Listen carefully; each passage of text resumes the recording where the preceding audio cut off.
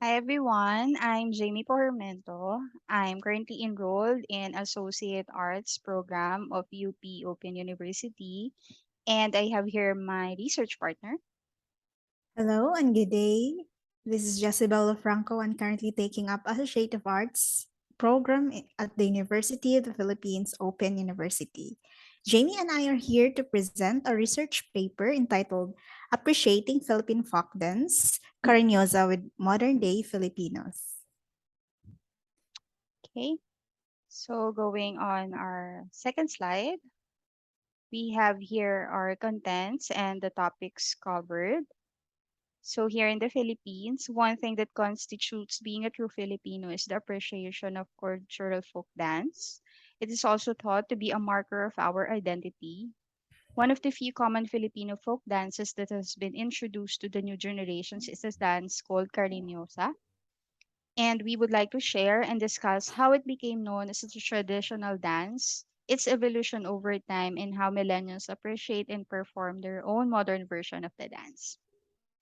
For our third slide, we have here our objectives that includes to understand the characteristics and origin of the dance Cariñosa, to determine whether or not the new generation still appreciates the Cariñosa dance, and to assess the importance of learning among new generations. For our fourth slide, we have here the methodology used for the research that includes data mining, secondary data. This is coming from reliable and credible sources of various web pages and sites. All of the efforts were made within the constraints imposed by the current pandemic situation. For our Alright. fifth slide, Jess. So, the origin and characteristics, all right? Um, So the Cariñosa dance was first introduced by the Spanish colonizers to the Philippines in Panay Island, which is located in the western part of the Visayas region during the 15th century.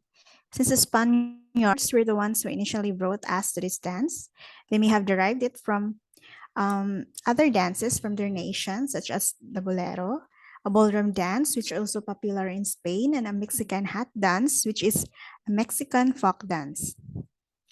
The word cariñosa is a Spanish word which translates to affectionate ones in English.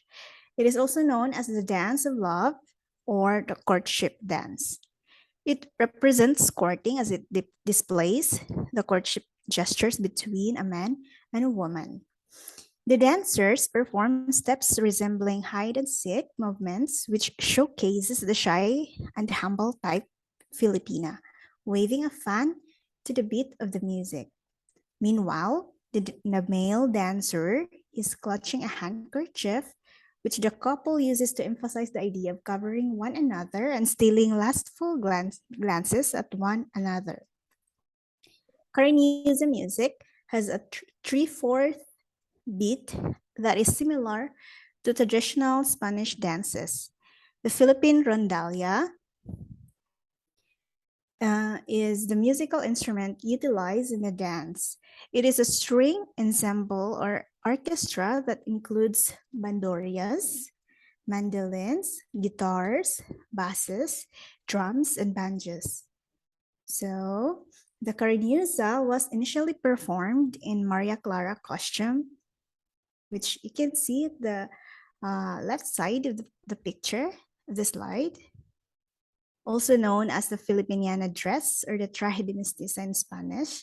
It is a traditional outfit worn by ladies in the Philippines and barong Tagalog since it is a Maria Clara Spanish dance. In later times, Filipino dancers choose to wear patadyong kimona for the women and camisa de chino for the men. The kimona is typically transparent with its clothing made from pineapple fiber. Um, um, the skirt that accompanies the kimono is usually printed with patadyong pattern, hence why it's called a patadyong skirt. This is the Filipino way to demonstrate loyalty to the nation and other motions were tweaked or Filipinized, but the tune stayed the same, demonstrating a Spanish influence on the Filipinos. So, the House Representative Relampagos submitted a measure in the House of Representatives in 2014 to award the Cariñosa the status, but it didn't become a law. In order to familiarize yourself with the dance, let's watch this video.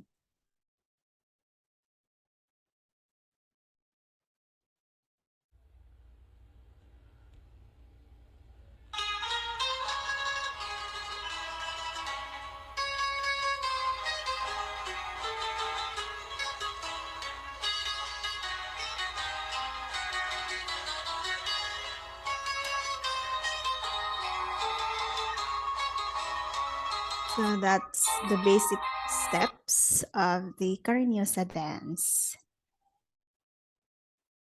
Now, let's move on to the appreciation of the dance.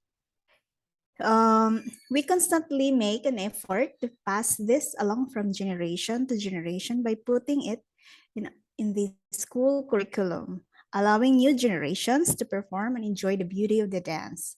Also, gathered data says that pupil understands the moves and music utilized in the folk dances. Ezekiel Sapera, better known as Easy Mill, is a Filipino-American rapper and singer and composer who utilized a short sample of a Cariñosa tune in his popular song, Panalo. It's not difficult to find videos of the Cariñosa dance on the internet. And Jamie will show you the video of the sample of Panalo. Turn up!